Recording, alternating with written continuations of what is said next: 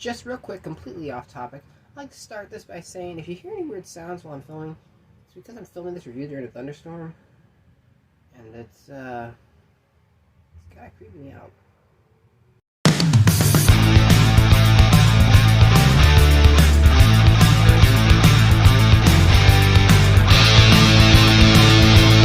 Black Phone is from director Scott Derrickson and stars Ethan Hawke as the titular new villain with a mask in a horror film. Coming to us this year because, I think sooner or later we always have one of these films. And the plot of this film is there's a child who's abducted by a man who's kind of become sort of a terrifying myth in a city in the 1970s. This man kidnaps the boy, he puts him in a basement, but the boy finds a phone that appears which connects him to the past victims of this now prison guy who's keeping him, played by Ethan Hawke. And essentially the boy's trying to survive and using this information to get out while connecting to one of his friends. That's everything I'm going to tell you about this movie. This movie is best if you go in not knowing too much.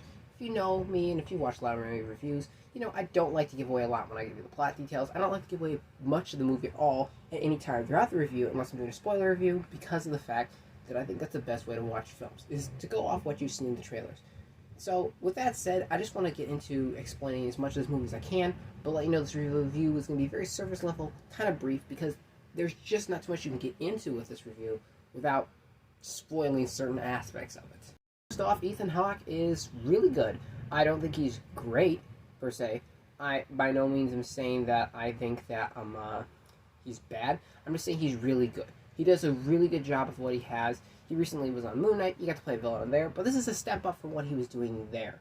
Here, he seems to actually have full range of character. He's allowed to do more, and he's really allowed to just eat up everything around him and do what he wants with the character, which is best. Because I think Ethan Hawke is that kind of character actor. He's someone where he has a lot of abilities, and when he's allowed to just totally cut loose and use them, he can be a very intimidating and terrifying presence. And he is in this movie. Him, his mask, everything about it.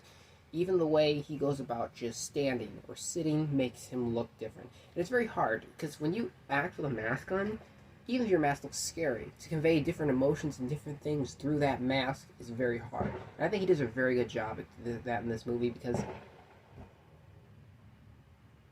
it's also July the 5th, so people are shooting off fireworks, because, why not? Simply put, his performance is spot on perfect, and I think that it's as much as you could possibly do with this character without going over the top with it. Jason Tharnes is the boy who's sort of the victim, the person's kid in this movie, is great. It is rare I see child actors that can really, make it real, and you don't think they're acting. This boy is that exception. He did a phenomenal job with everything. He conveys all the emotions necessary, and he plays it like such a real person in such an over-the-top story. And I think that's something that this film needed, because this film is, the way it is. Can't really say much about it, but it needs to be grounded in reality. And this boy did such a good job with that. Super impressed with his performance. He really was good at just emoting different things that people would do, but also reacting well. Because that's something that a lot of actors don't do. They don't react well when they're in certain situations. And this boy does a fantastic job at just that. Ellen McGraw as his friend, she is wonderful. I loved her. She did such a good job. She truly felt like someone who was, again, authentic. None of these people in this movie feel fake. Everyone seems like they're very real. I think the setting, though, has a large part to do with just how good this movie is. The entire backdrop of putting in the 70s, an era where it was much simpler, considered much more wholesome, I guess, at times, and sometimes safer. The Brady Bunch era, things like that.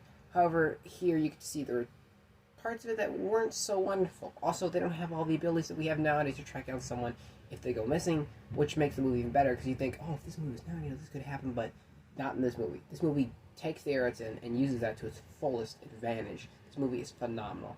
Furthermore, I want to say this movie was directed beautifully. It is not only a fantastically acted movie, but it is gorgeous just to look at. The cinematography is something to behold, but something that I think is very important in this movie is the lighting. The lighting in this film really does help, more than anything else, I think. And so does the locations and how they're decorated. This film is a complete effort through and through by everyone involved, and it's very refreshing to see so much put into this. I also am happy to say there are not the tropes of most horror films in this film.